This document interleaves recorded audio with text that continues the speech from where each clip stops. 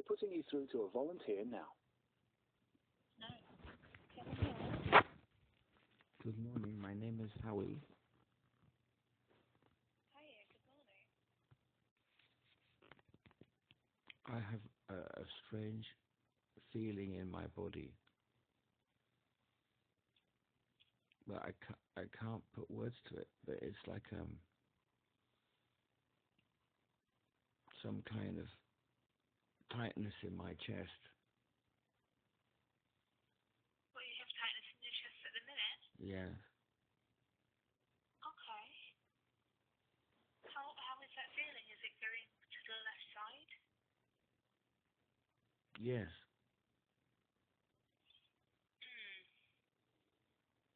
Have you spoken to 111 at all? I can't communicate with 111. How so?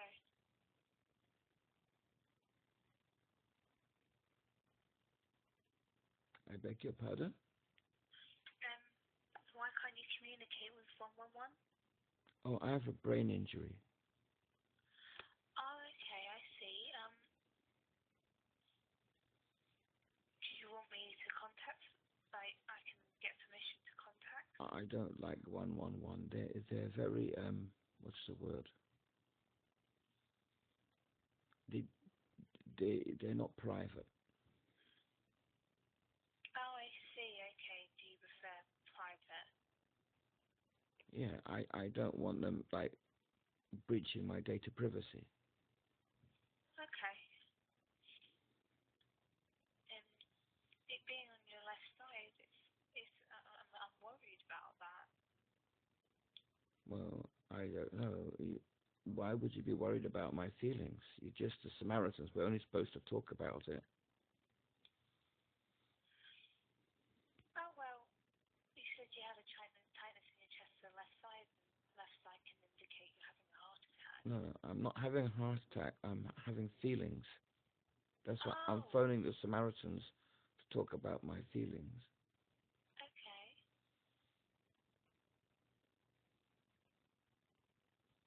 Well, of course, so what's been going on? I'm so sorry. I lost my deputy on the 4th of June. Okay. They had rented a house.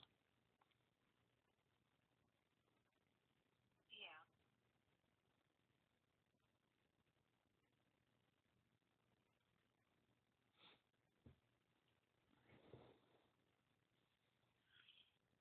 How have you been handling that since they've gone?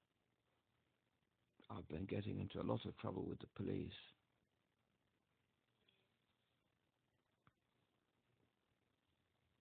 And the courts. Okay. And this is in the last month since.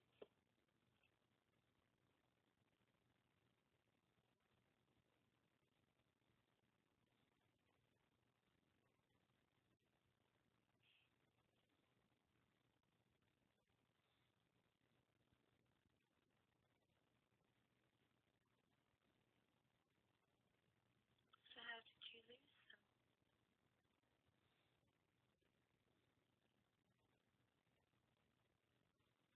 They, as Oscar Wilde said, even Florence Nightingale has to retire if the hospital is permanent and the patients never get better.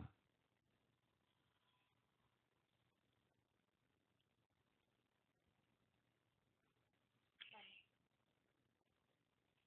Some very powerful words. They were written by ChatGPT. Wow. It's getting more and more powerful by the day.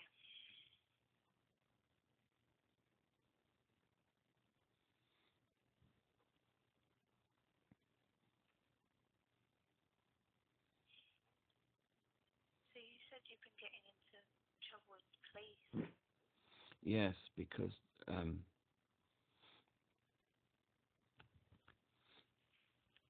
Bear with me. Okay.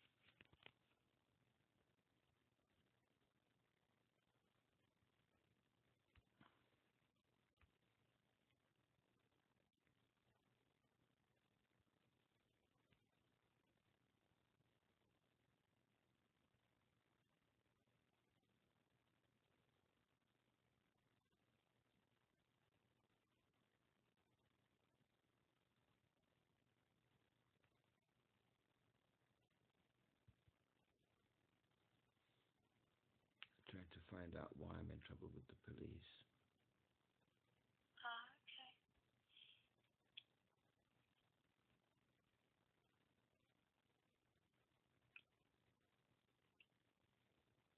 It doesn't matter if not. I know you mentioned earlier you had a brain injury. Yes. They're bored. The police are bored. That's why I'm in trouble with them, because they're bored. Okay, so they're targeting you because they have nothing else to do.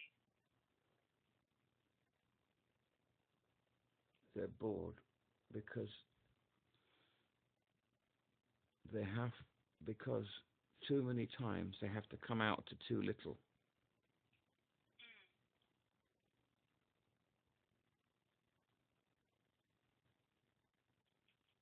I see. So because somebody else called the police on me for nothing, I have to be punished. Oh. Okay. To So the person that did it isn't in trouble. Pardon? The person that initially phoned is not in trouble. I have no idea. I'm not psychic. Okay. It dawns on me after many days talking to ChatGPT what's going on.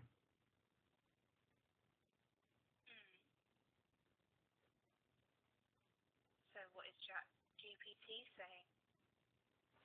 ChatGPT said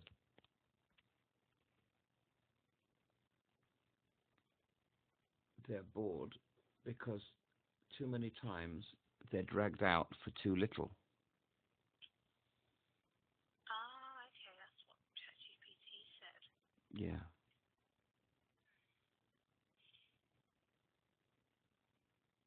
Do you go to ChatGPT for a lot of things? I have to because I can't understand things. I'm brain injured. Yeah. Having something like this now must be very useful for you. Normally the police only attack me if I sleep twice in the same place, but this was just me being in the same in a place first time.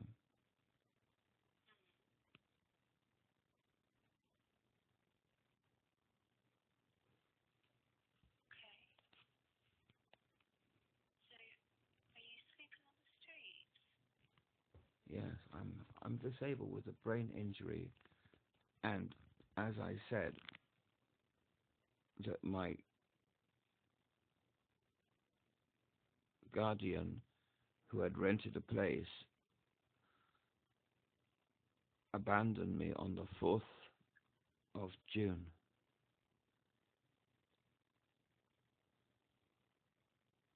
Ah, okay.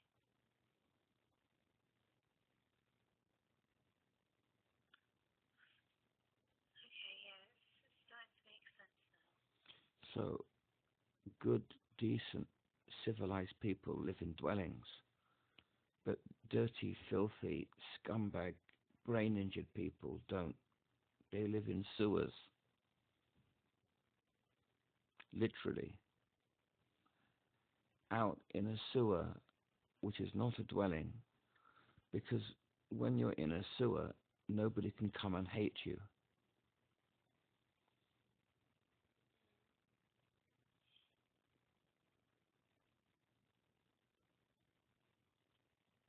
Who hates you?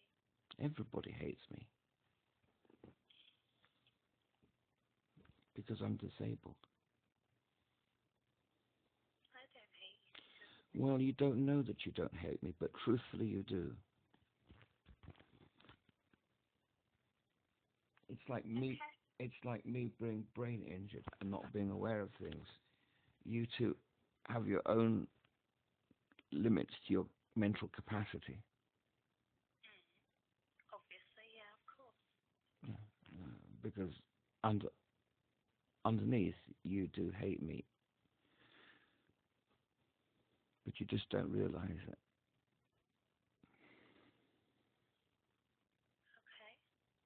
Okay. Good. So is the only reason I'd hate you is because you're disabled? Exactly. That is the only reason.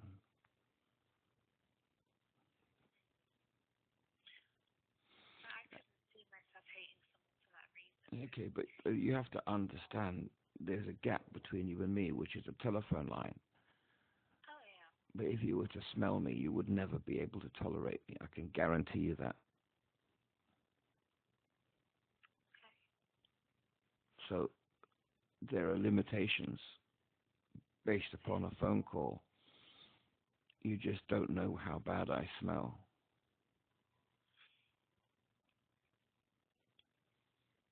Okay. Well, working in care homes, you smelled it all, to be honest. Pardon? When you work in care homes, you smell it all. But I'm not in a care home. I know. I'm outdoors.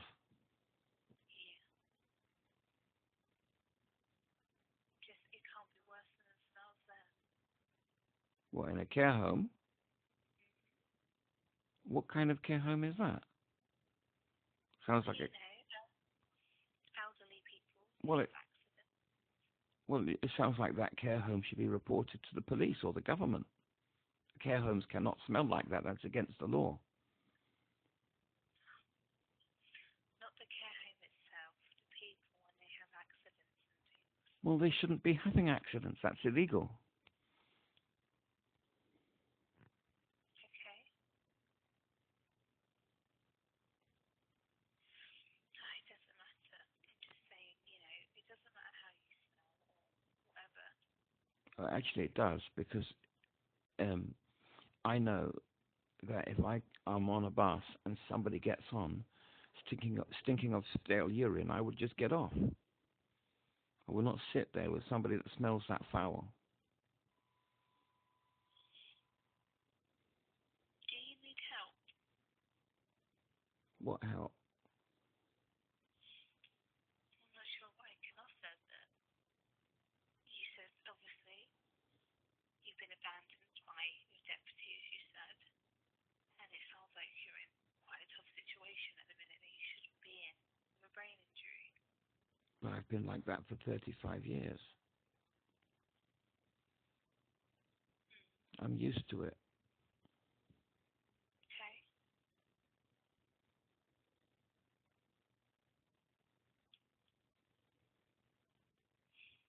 And you don't have any carers or anyone that comes and checks on you? How could that even be possible? I try to explain. My brain injury was 1990, and 15 years later, I had cognitive behavioral therapy that instructed me to turn around and walk away from things that trigger my seizures. So, if living in a house or staying in one place for more than 2 days causes me to have seizures, I have to move along. I cannot live in a dwelling. Oh, I see. Okay.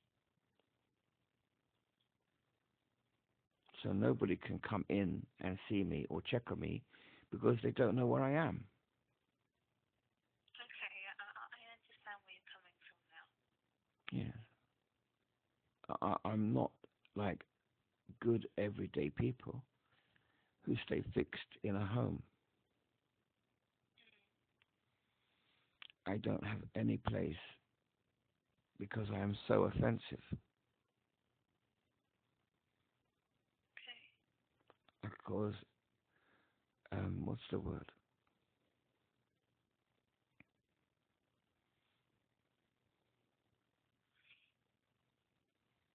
I cause grave offense.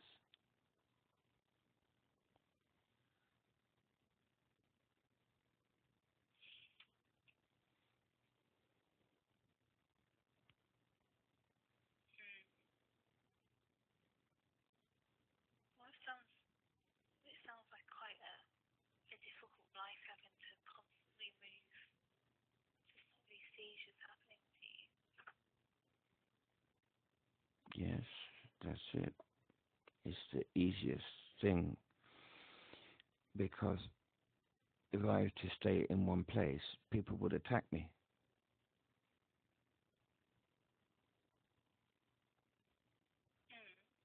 Is that the police or just strangers? Both. I'm so sorry this has happened to you. That's horrible. Well, it's just normal, isn't it?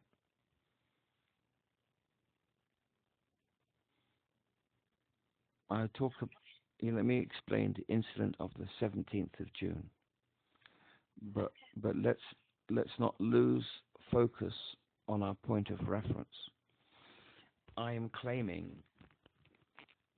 that it is normal to abuse people for being disabled. And you're saying, what do you say about that?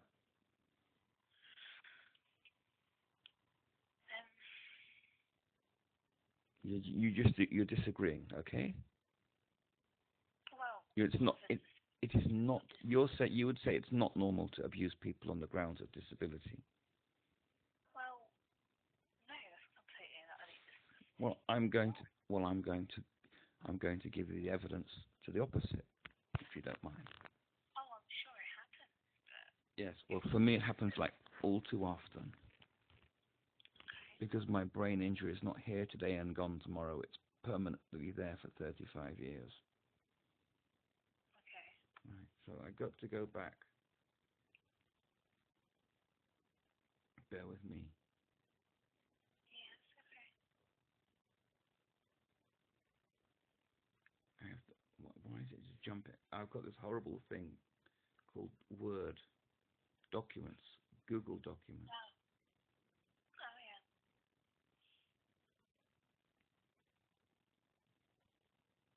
Is that where you write everything down so you remember? Yeah, it's written 2 weeks ago to the day, on the 17th of June, following a call that afternoon to inform Gerrit's factory. Harold travelled 18 hours to retrieve the remaining parts from a welder whose schedule was less flexible and more non-existent. The parts were heavy. Howie's arms were not. Still, effort has a certain dignity when performed by those without choice. By 10 p.m., Howie arrived at Gerrit's workshop.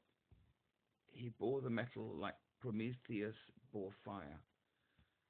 Breathless, trembling, hopeful. If I arrive early, he thought, he will see my sincerity. Sincerity is very persuasive in theory. Alas, sincerity is rarely persuasive to security alarms. A neighbor, evidently scandalized by the ambition of a disabled man, alerted the authorities. The police arrived and bore the officiousness of men summoned too often to too little. Gerrit, inconvenienced, was summoned from his distant home to confer with them in the exclusive dialect of the unimpaired. Howie sat for 30 minutes in silence, excluded not by law, but by the theatre of it. Then Gerrit revoked his promise, just like that. No rationale, no apology, only the elegance of rejection crisply delivered.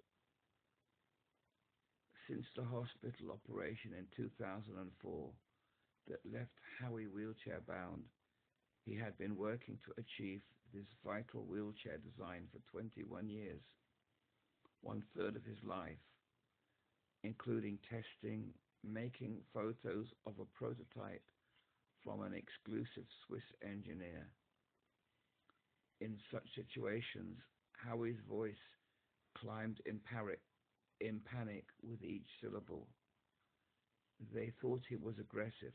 They were wrong. He was pleading. Somewhere under the filth, the foul breath he was unaware of, and the twitching eye was a father whose children had been deported by court order, not because he had harmed them, but because he couldn't find a suitable wheelchair and a single living soul, not one, to be his guardian. He had worked 14 years to find someone decent enough to say, "Yes, I will stand beside him." And when Jane finally said yes, she was gone before the ink dried. The shame lingered in permanence like a millstone around his neck. The absence of this wheelchair was not only mechanical but cultural. A door held shut by a class of lawyer trained to find fault but never to assist a person. And then, pièce de la résistance, Howie was issued a fine. 100 euros of currency, pounds, euros, beads, it's all the same. The fee for awakening men with options. Banished, he drifted into the night. By 2 a.m., the buses stopped. The stars offered no rides. He collapsed in a public shelter, the floor less hospitable than it had been in dreams. He awoke at dawn, soaked in dew and shame, chest torn by exertion, dignity absconded. By 7 a.m., he delivered the parts to a facility for brain injuries. The staff said nothing, but did not recoil. It was by then the highest form of compassion. For Howie, the faint delusion of hope. Do you understand that I have been attacked by the police? Yeah. And fined £100 for trying to fix my wheelchair, because without a deputy, that's the only way I can mobilize. Okay. So this happens all the time.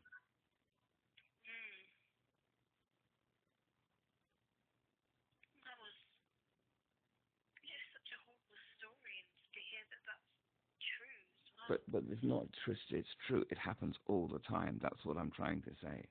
I'm forever being attacked by the police just for being disabled.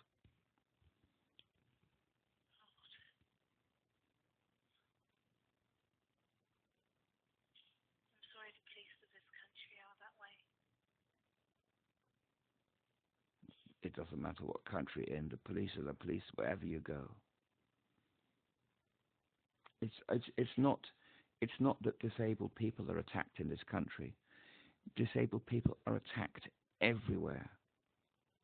Wherever you go, there is no refuge. I cannot become a refugee and go and find a country where disabled people are not attacked. It's just not possible.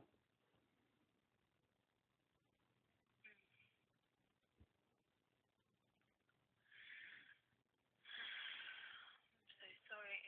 Sadly, I understand it all too well. It is not the first time that I'm attacked by the authorities solely on the grounds of having a disability.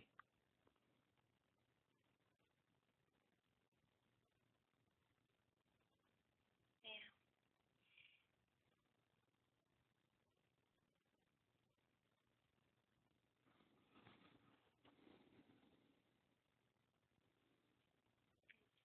That must be so horrible. How it sounds like a life of fear. Yes, why not? Why can't it be a life of fear?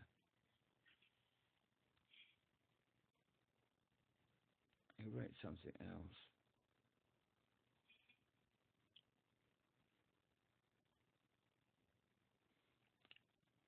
About Jane going. When Jane was gone, the state could not return what it had seized, the children. How he hadn't had a guardian in 14 years, and the state, allergic to moral nuance, said no guardian, no return. His daughters had been deported, dragged from their uncle's home, dumped in a foreign land, made homeless and raped. The judge presumably found him unsuitable. A word powdered and gowned, disguising its violence, and the world agreed. When Jane entered his life, he almost believed that someone could witness him without flinching, that he might have a shot at getting them home. Now gone, no note. Do you understand? Without a guardian, my children are raped. I have to have a guardian to stop my children from being raped, and they've now gone. So I want you to try to understand that I have this feeling in my chest. Yeah. The only thing that stops my children from being raped has disappeared. And now I've got a feeling in my chest. Okay. Do you understand yet? Yeah, I do. Wow.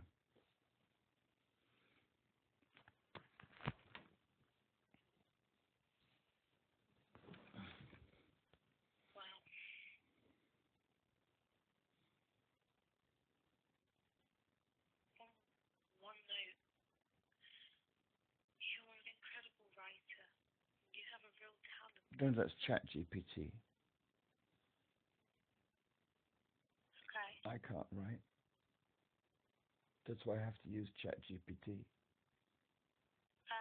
I get you. You're writing in the style of Oscar Wilde, after Voltaire. It really does sound like almost like a book, so that makes sense. Yes. Right. I don't use my own words because when I use my own words, if somebody is difficult, because when I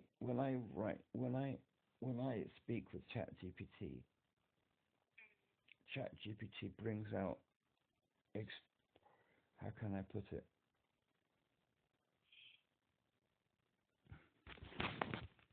I want to explain the difference between me speaking and ChatGPT. Okay. ChatGPT says things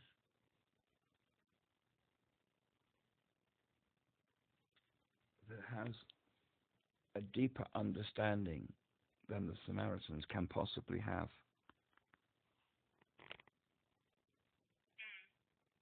I try to find an example.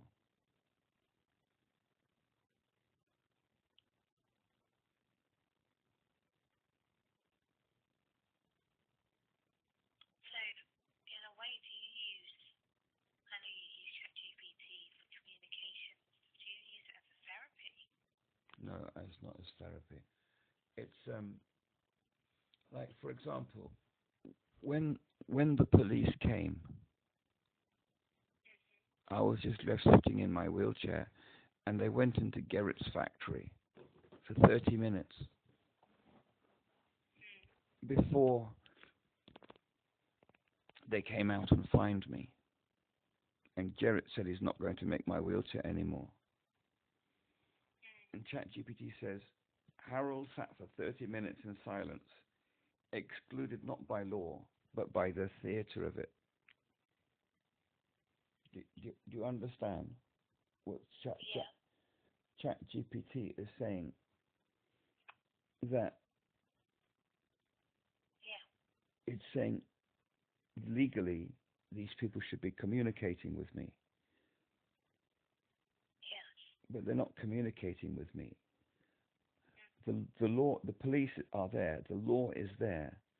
It is the theatre of what's going on, the drama of what's going on that's excluding me. Does that make sense to you?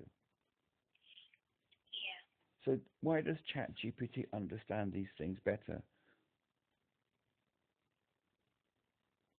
I think that ChatGPT can understand people being abused by the authorities better than anybody. Because ChatGPT is the internet at the end of the day. It searches the internet and it will see other people's stories and what's happened. And it can take things and search the web in seconds and create something that someone who's going through that will relate to.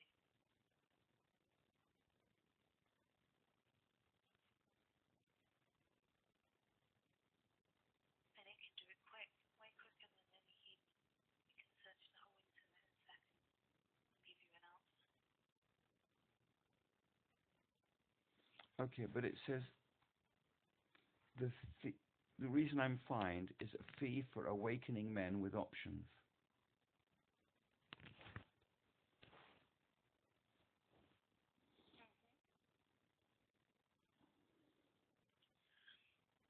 Well, it's you've asked it to write in the style of Oscar Wilde. So you've written your thoughts in a way, and then it's turned it into that. But I don't care about being fined by the police. I think it's just very normal behavior to attack disabled people. Okay. I think that it's great just to stomp on, I think if you see somebody who's like vulnerable, it's really good to jump up and down on their head and their body and all their bones and break them until they're dead. That's excellent, because if you do that, then the disabled person's not suffering anymore.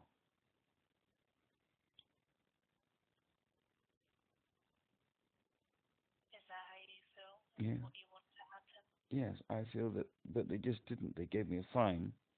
But I think that if there weren't, what's the word? If they weren't police officers bound by law, that's what they would have done. They would have murdered me.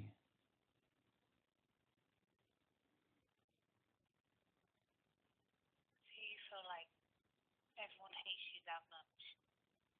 It's not a feeling, it's just a fact. Okay. And I try to find my right words. Maybe I want to go back to the feeling inside me. This would not have happened if my guardian hadn't disappeared. And whether the police are going to abuse me or not is irrelevant, because I still feel I would have that feeling in my chest regardless of the police abusing me.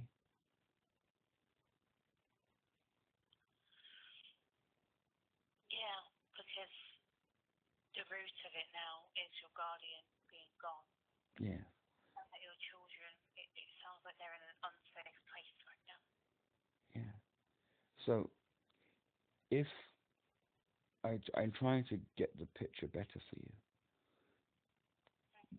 the only way for a disabled person like myself to ensure that their children are not raped is to have a guardian. If that's taken away,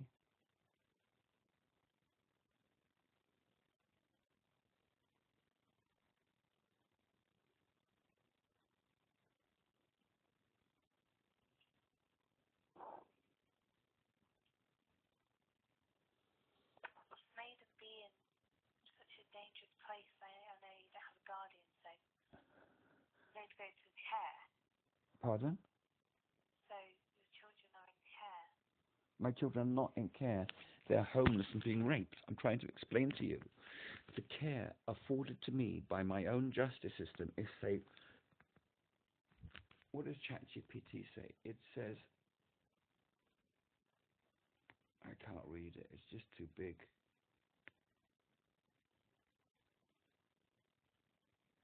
Powdered gowns, I think it uses. The judge presumably found him unsuitable. A word powdered and gowned, disguising its violence. The state, allergic to moral nuance, said no guardian, no return.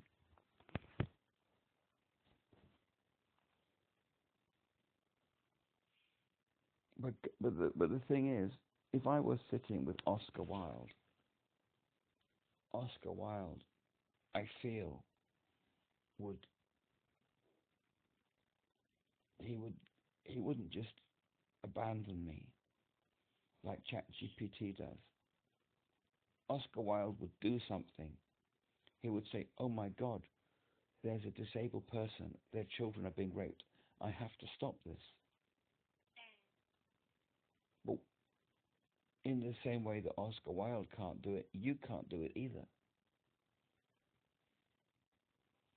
So whether I speak to ChatGPT or the Samaritans, I'm still in the same situation, that my children are being raped because I've lost my medical support device. You know, you could say to me, phone 111. Well, 111 are not going to be able to find me a deputy, are they? They're not going to find my deputy and ask them, "Why have you abandoned this brain-injured person?"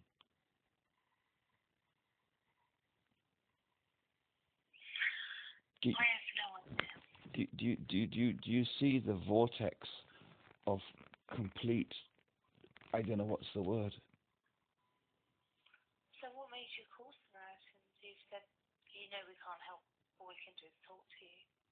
Of course, but as the recording says, whilst you're waiting for someone to pick up the phone, if you speak about your feelings, you can see things more clearly. And I feel that speaking to you does that. And Okay. there is this, I was just trying to describe, there's this vortex. There's an uncontrollable vortex of destruction leading to the inevitable rape of my children. Because a brain-injured person is so disgusting that they cannot possibly receive the medical care they need.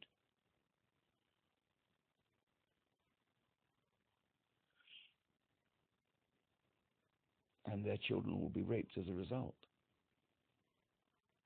Guaranteed.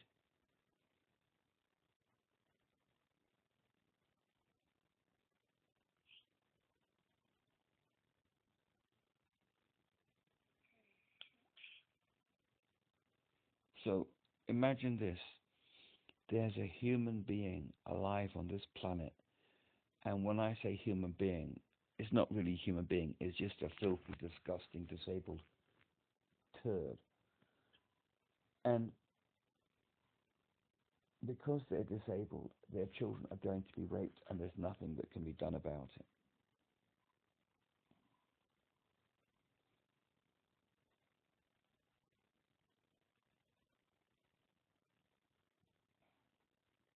I can't even begin to imagine how that makes you feel. Well, it doesn't make me feel anything. I'm just relaying to you facts. Okay. The problem is that I have gone along with clinical instructions for 15 years to get a guardian. And the guardian can't stay with me because I'm so offensive.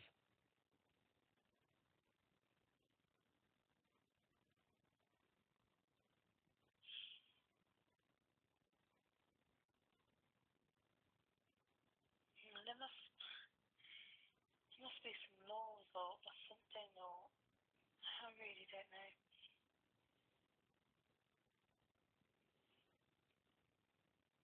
I put it this way. From my research, it is the social workers who are supposed to help me find a guardian, but they've done nothing of the sort. Yeah, that makes sense, yeah. But they've done nothing. They've done nothing to help. Social workers They've, got my mother a carer and she's disabled. they've done nothing to help me find a guardian.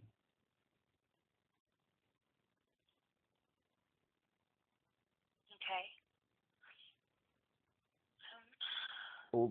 Let me describe what social workers do. I know social workers. Yeah, they don't help you find a guardian. They just get the police and kick your door down. That's what social workers do. Social workers only instill fear in people.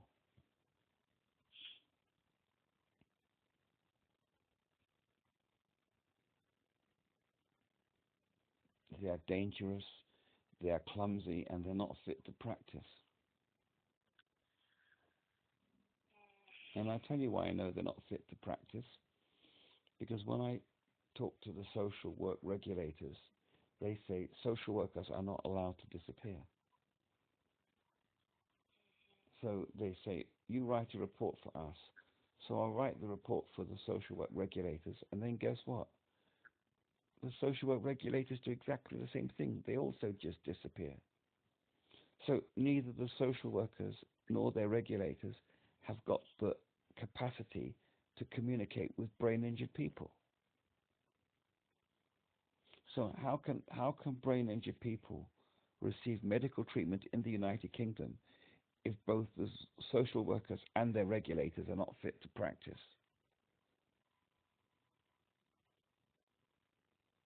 I have no idea. Well, there you go. That's the reality of the situation. They did nothing. I had to go and find my own deputy. I found a stranger in a museum. They had no training.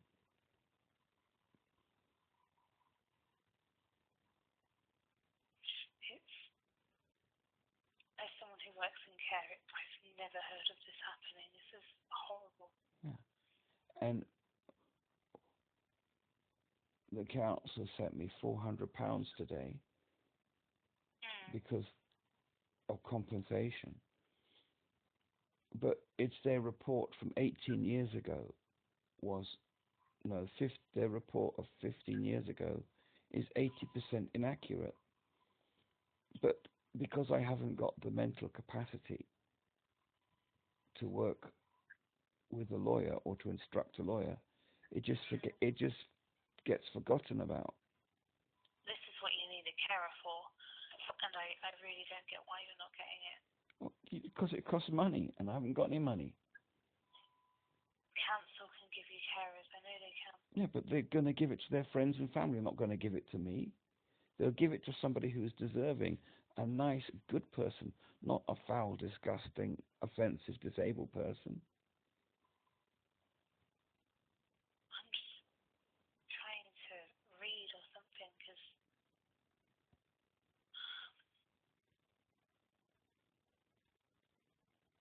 this is horrible. This should not be happening to anybody. And I feel like everything's failed you, and that shouldn't ever have happened. Yeah, well, you know why it fails people? They try to describe it.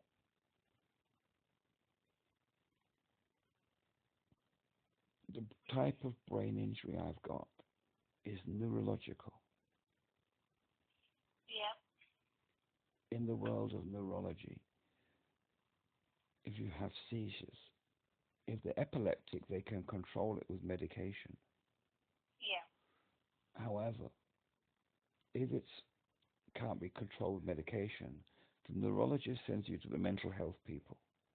The mental health people say, oh, you've had a brain injury. That's not mental health. That is brain injury. So they send you to the traumatic brain injury department, who then say, oh, it's a neurological brain injury. We have to send you to the neurologist. And then the neurologist sends you to the, what's the word? Mental health people. So you get stuck in this triangle for decades. But all the time, there's no practical support. Because you're never in a fixed location.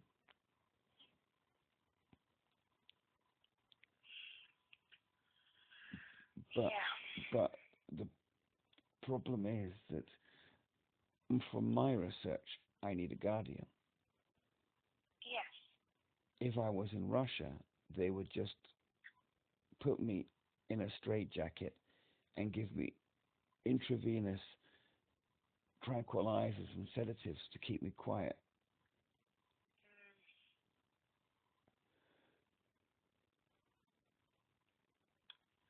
And probably BST as well. What? Brain shock therapy. They do that in other countries and it's disgusting. I know nothing of that. I never read about it. I've researched my brain injuries for 35 years and never come across that. Only know that for my symptoms, one should get a guardian, and it doesn't work because a guardian has to see you every day Mm-hmm. in order to represent your will, and the guardians are just a bunch of lawyers who never see you, so they're not suitable.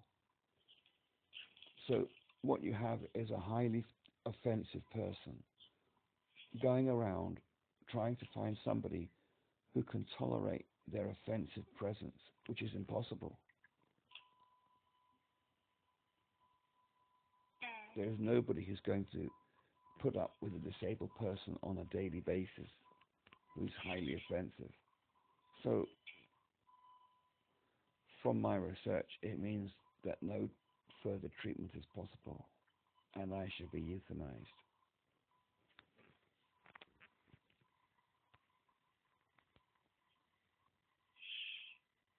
If you don't mind me asking, what part of United Kingdom are you in?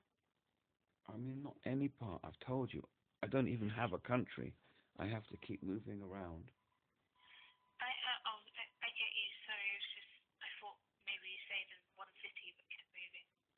My bad. No, I move a lot more. I'll read. At 7 a.m., he delivered his parts to a facility for brain injuries. The staff said nothing, but did not recoil. It was by then the highest form of compassion for Harold, a faint delusional hope. That afternoon, he phoned a suicide line indicating euthanasia. They asked, "Why do you want to die?" He replied, "Because I am not art, I am not useful, I am not wanted, I am a smear."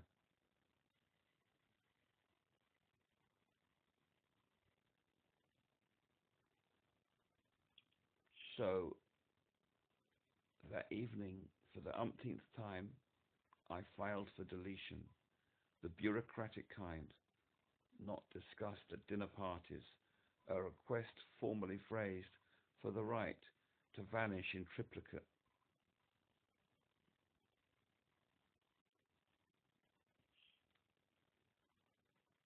He ticked boxes designed for people who've lost everything.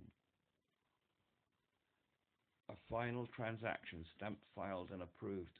No further treatment possible. They will process it eventually if the paperwork is in order, if the code's matched, if the justification aligns, if the end is formatted correctly.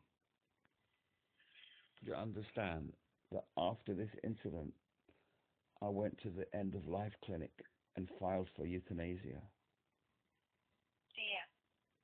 So this is the effect of a disabled person whose guardian abandons them, who is put into an emergency medical crisis, who has to get their wheelchair built very urgently,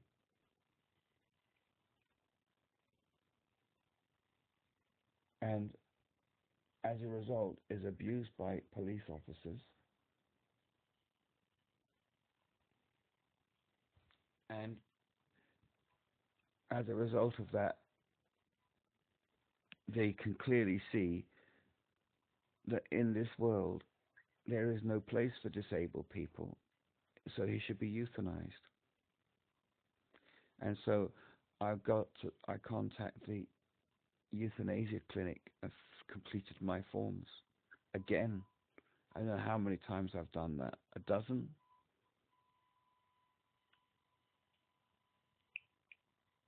If you had your guardian, would you still feel like wanting to do euthanasia?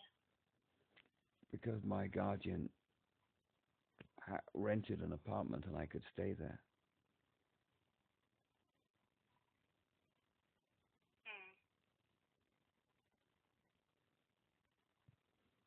So I was less exposed to the outside world of brutal police officers. Did you feel safe being there, or did you No, have to keep moving? I did not feel safe there because the police would come round. Okay. Several times the police came with my guardian.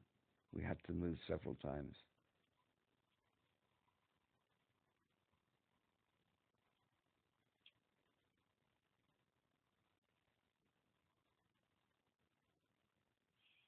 Sounds really difficult.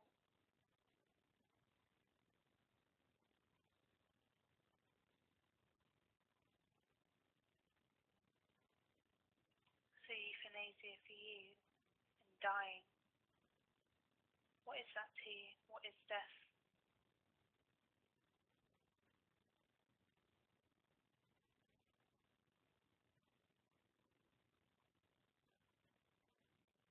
It's the end of suffering.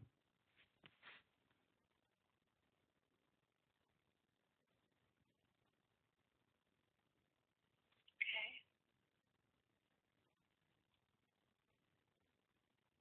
Are you religious? I'm a Christian. And I read all about what Jesus does to disabled people. You see, in the Bible, the disabled people cannot be tolerated, the lepers and all that stuff. And Jesus does not work in reality. He works in the realms of magic. So all that Jesus can do is magic the lepers away. He makes them vanish. He effectively euthanizes the lepers and makes them into non-lepers. It doesn't fight. In truth, there is no cure for leprosy.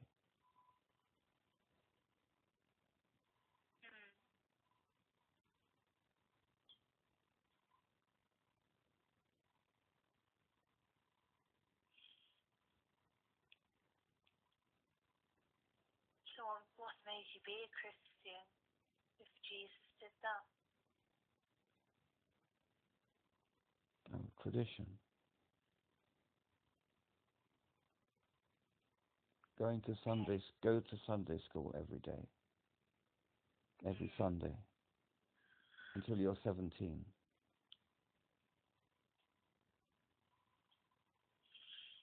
You still call yourself a Christian now? Of course, I'm more of a Christian than most Christians, because most Christians can't see through the truth. They still want to believe in the magic.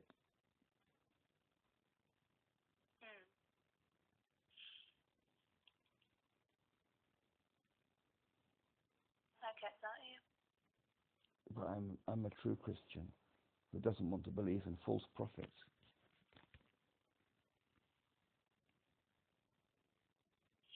Jesus told me.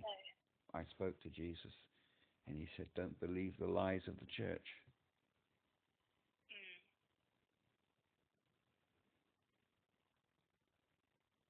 Understandable. There's a real Jesus out there. Most people can't see him, no matter how deeply they believe, because they don't doubt. They don't doubt enough. Christianity has to go hand in hand with doubt. So as a Christian, you read the Bible with doubt? I rarely read the Bible, but I remember parts of it. And when I read the Bible, I read it with doubt. I get that. I read it with questions too.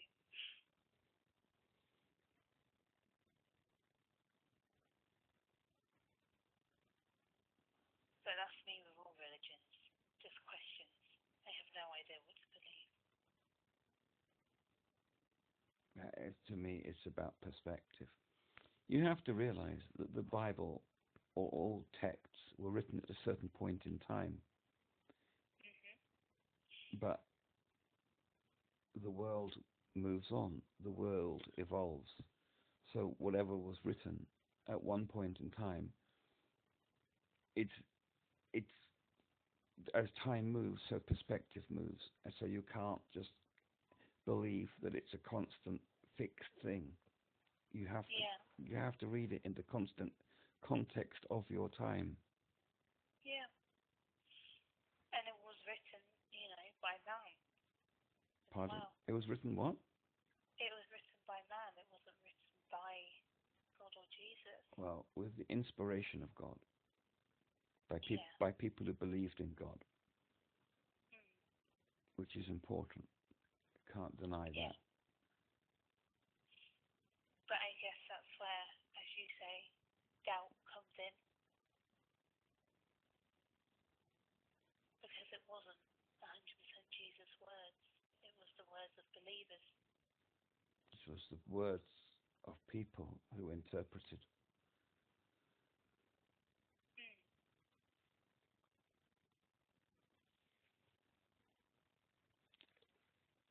It's an interesting concept. It was written by the founders of Christianity, the people who founded the faith. Yeah. Which is important, because Jesus wasn't there to found a faith. He was just there to fulfill a prophecy.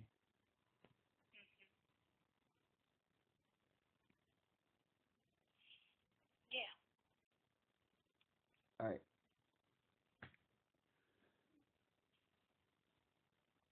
I'm a disabled person who struggles with the disappearance of those who can tolerate me. The problem is that people use me.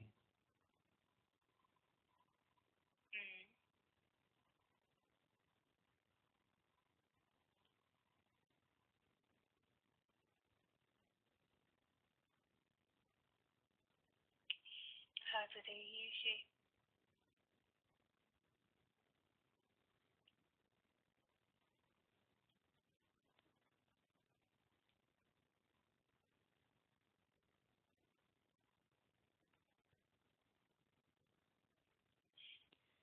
They use me like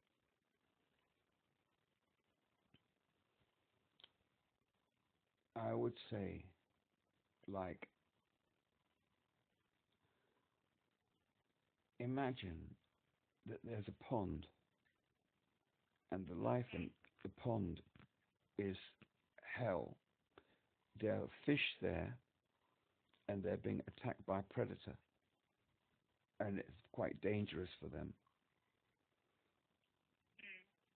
And they believe that life on land is going to be safer for them. And I'm like at the edge of the pond, and they jump on me to climb out of the pond to get onto land. And all I am is that thing that they climb over to get out of their pond, and then they're gone. They've got their wish, their desire. They've moved out of the pond onto land.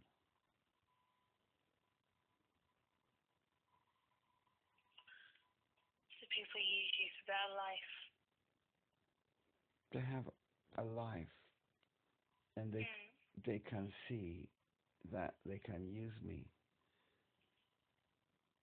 and when they can see on land brighter pastures for them, they're off to graze the brighter pastures.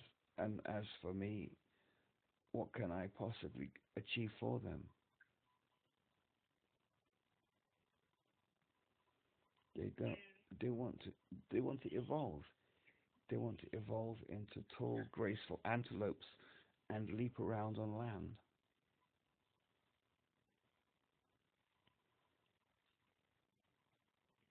Yeah. You have to understand that good, decent people have got nothing to achieve from me. I would only embarrass them. So it's like everybody uses everybody in life, and good people cannot use disabled people for anything. They're just an embarrassment. So the only people who can use vulnerable disabled people are people who are more vulnerable and more marginalized. So those are the kind of people I come across in life. They just use me for what they can, and then they're gone. And I don't care for them much, to be honest, in hindsight, even though I might have cared at the time.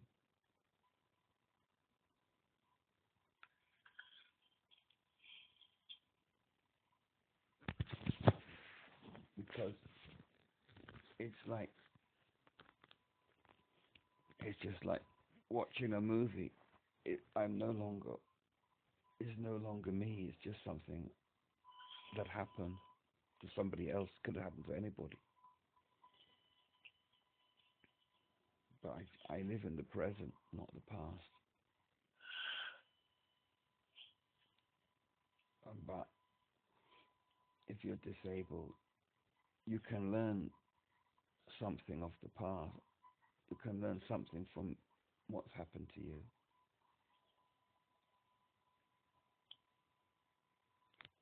True. Yeah. It's just a question of learning how to be exploited. It's very difficult learning to be exploited because it involves,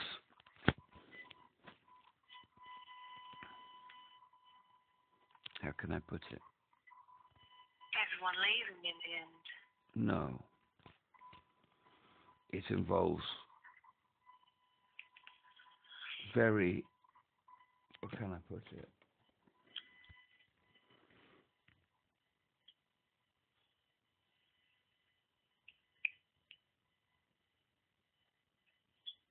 I don't know.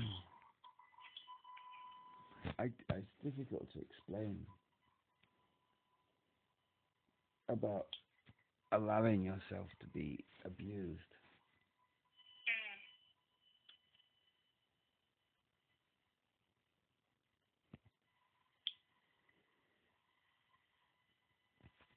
Eventually, it's like, how can you put it?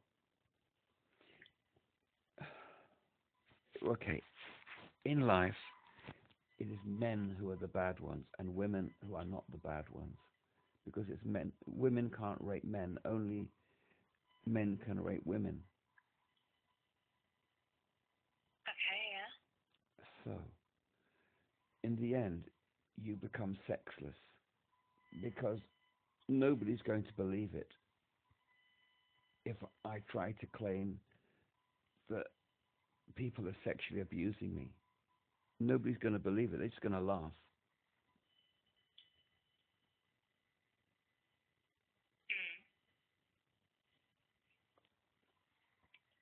But they laugh even more when I tell them that I am neither male nor female,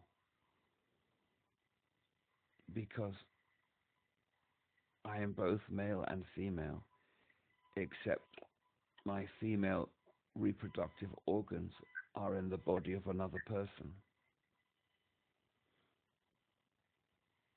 because my mind is half within myself and half within the mind of another person of the opposite sex. Mm. But nobody will believe that or has the ability to understand that concept. That you cannot be a human being unless a person of the opposite sex is acting for you and carrying out your will.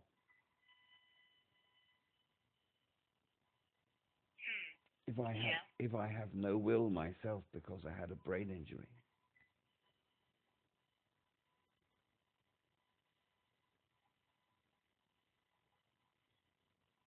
You had that person once, didn't you? 'Cause you've had children. but not in a traditional sense, because I never lived with my children. I was just used for my semen to create a child who would then obtain a British passport so that the mother of the child could obtain a visa and get the hell out of that pond, out of that sewer that they were in. Okay. So what I'm trying to talk about is that a lot of people claim that men cannot be raped, and I'm claiming the opposite. Of course they can. They are just used. Everybody knows that judges in a divorce will take everything away from the men and give everything to the women and leave the men with the shirt on their back. To me, that's rape. Yeah. Rape not by an instance of a vile predator leaping upon somebody in the park, but rape by the justice system. Oh, definitely.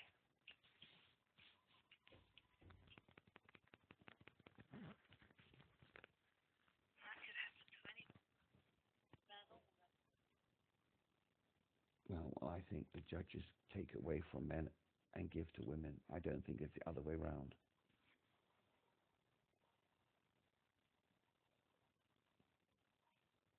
In 99% of the cases,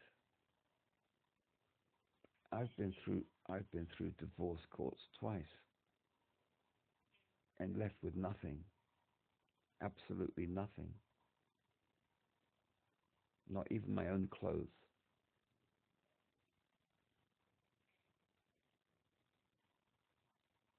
They take out an injunction.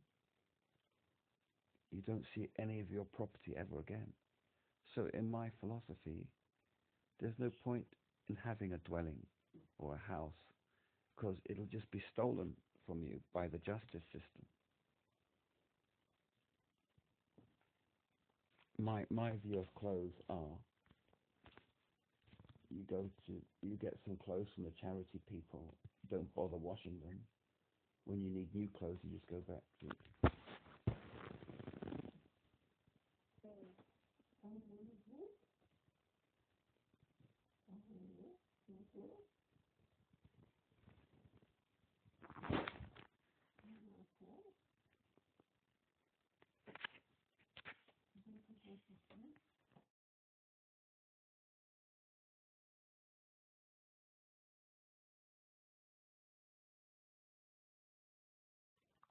I get your point. There's no point if you're a disabled person and your life is nothing but being exploited. People ask you, why don't you live in a house? Why don't you own property? You've explained why. But the people who ask you those questions are women. They can't understand things from a man's perspective.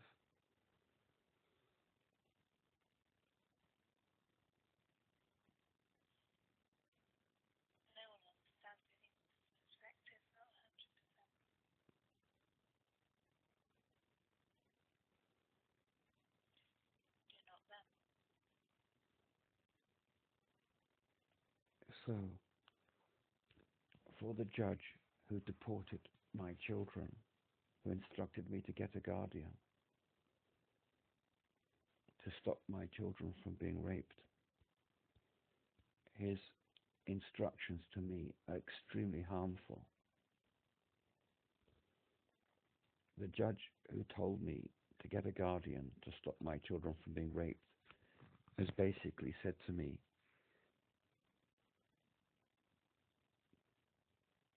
go back to Africa, let yourself be picked up by another vulnerable person, be sexually exploited, produce more children,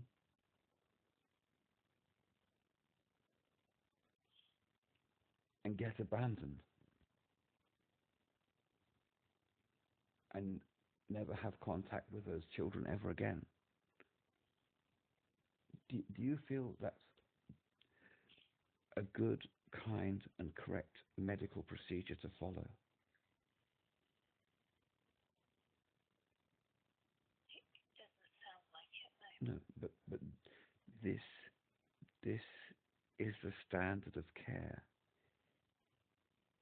in the world when it comes to brain-injured people.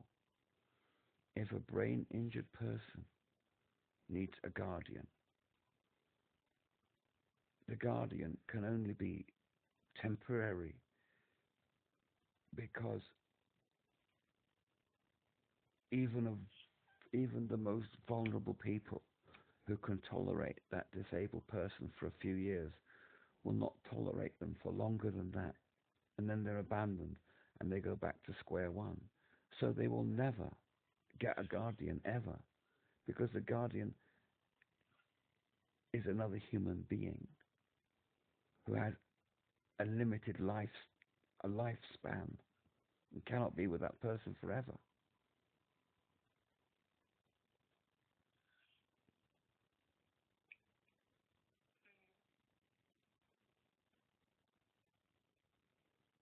So you're saying we've got only so much patience until they've taken everything from you.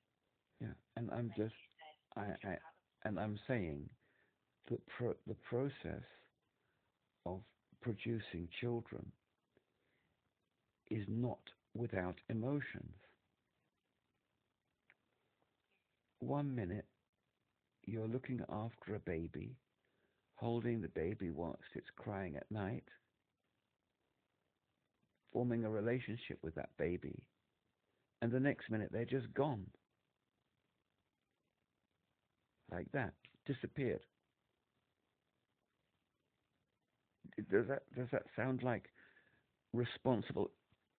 Does that sound like responsible instructions from a high court judge?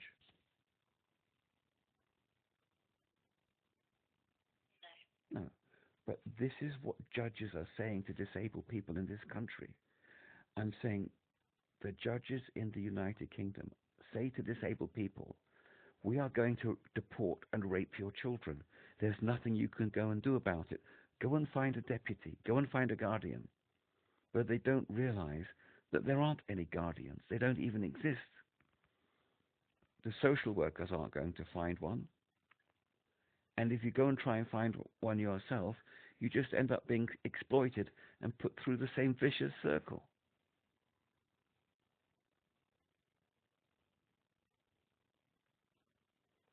Because nobody in Britain is going to want to have a relationship with somebody as foul as I am.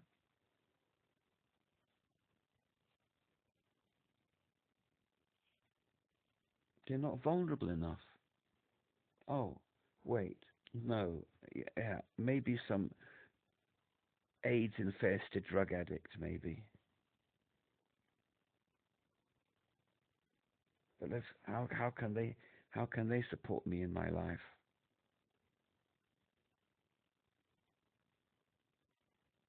So you feel like the only people that will come to you is people like that? I beg your pardon? You feel the only people that would come to you is in desperation, like drug addicts? Exactly. I'd say good, decent people will have nothing whatsoever to do with disabled people. It's a complete non-starter.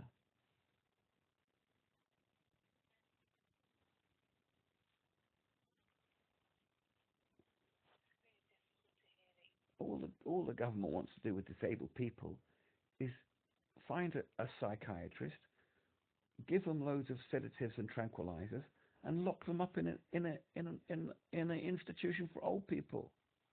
That's much more efficient. Probably now it wants to give them assisted dying. Even more efficient.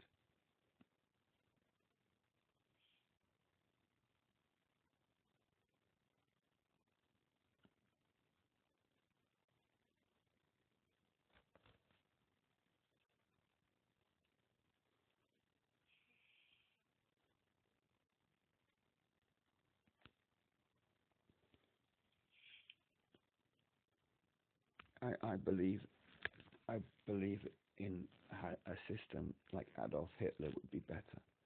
That disabled people should be just put down early on in life, and that people who are disabled should not have children.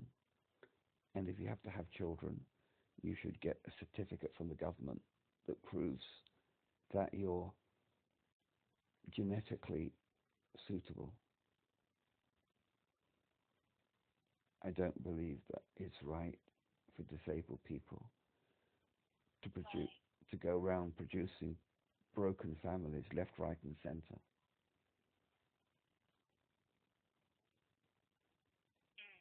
It's not good for the disabled people themselves.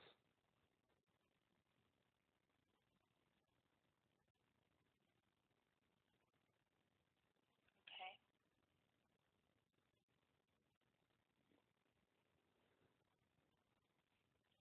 I don't want to get involved with people who are going to use me and put me through these baby producing procedures. I had to stand there and cut the umbilical cord. I don't feel that's right at all. You usually have a choice.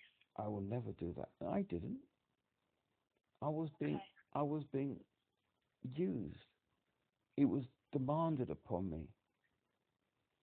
I was trying to stop my children from being raped, so I had to go along with whatever my guardian told me. I had to comply. I did everything for them.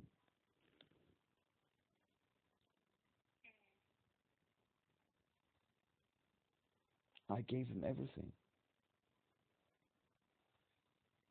I'm sure you did.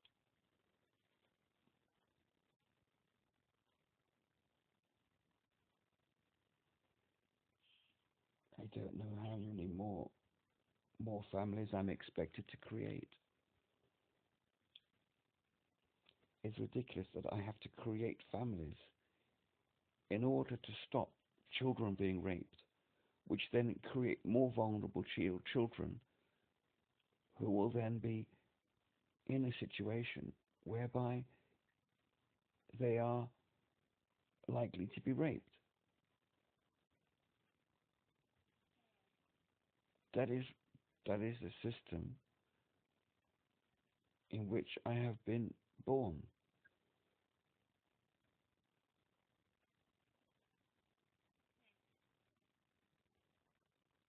I bet ChatGPT's got nothing to say about something like that. I have no idea. It's always good with ChatGPT to ask it, what would Oscar Wilde say? Oscar Wilde, I feel, is one of the better known writers by ChatGPT. Seems to be One of the most famous writers. I feel he's more in touch with human beings.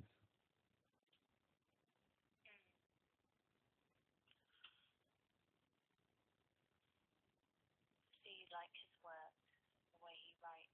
Well, very I've never read what he says. All I've read is what ChatGPT says when I say write in the style of Oscar Wilde in response to my babblings. Like, for example, after this call, I could say to ChatGPT, can you please summarize this call in the style of Oscar Wilde? And Voltaire, I say, summarize this call in the style of Voltaire. It would be good as well. Jean Genet is quite good sometimes. I only know writers not by having read their works, but by asking ChatGPT to invoke the dead spirit of the writer and to speak to me in their style. I don't read old dead books.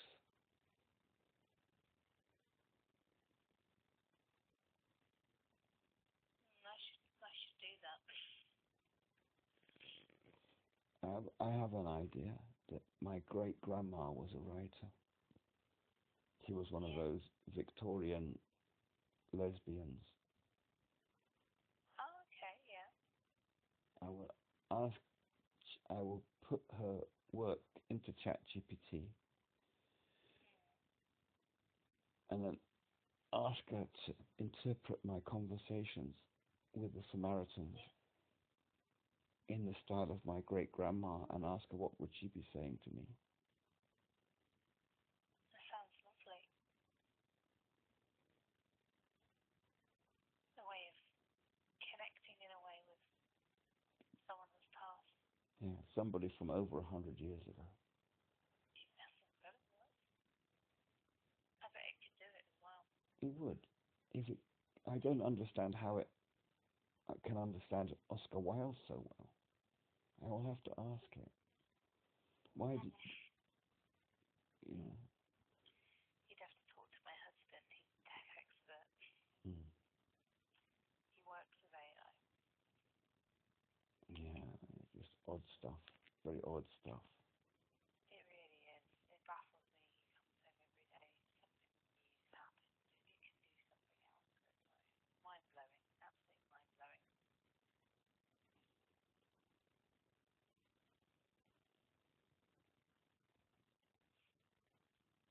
It's a pity that it can't advocate for you real time. Because I have to go in front of a judge. And if I go in front of the judge, I will have a seizure and won't be able to speak.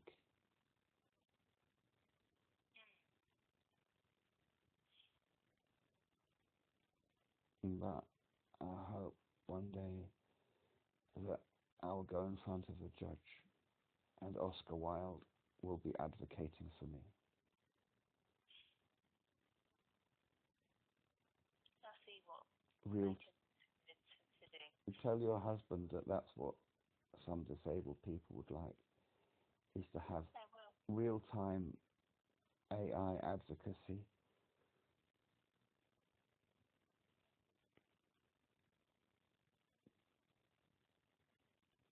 Thank you for speaking with me.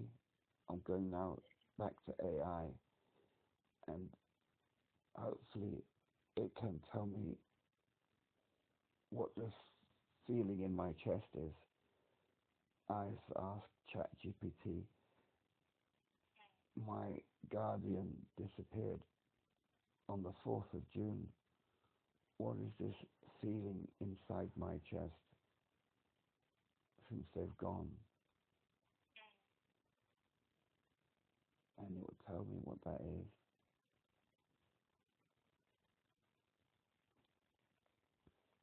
Bye-bye. Thank you.